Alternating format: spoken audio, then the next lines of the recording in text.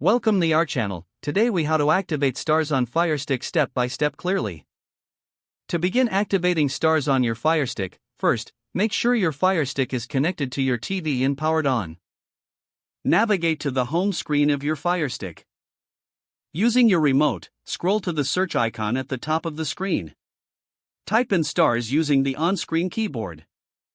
Select the Starz app from the search results. Click on the option that says Get or Download to install the app. Once the installation is complete, open the Starz app. You will see a welcome screen prompting you to sign in or start a free trial. If you already have a Starz subscription, choose the Sign In option. Enter your Starz account credentials including your email and password. If you don't have an account, select the option to start a free trial. Follow the on-screen instructions to create a new account. Once signed in, you will receive an activation code on your screen. Take note of this activation code, as you will need it shortly. Now, using another device, such as a smartphone or computer, open a web browser.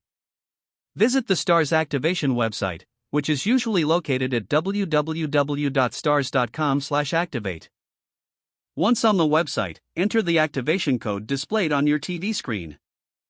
Click on the Submit or Activate button.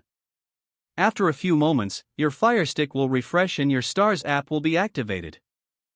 You can now enjoy streaming your favorite shows and movies on Starz. If the page does not load, refresh the browser or try again in a private or incognito window.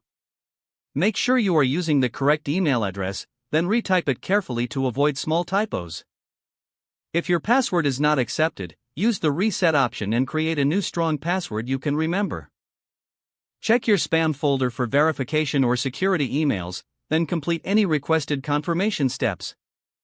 Enable two-factor authentication if available to improve. After signing in, review your profile details so your contact information and settings are accurate and current.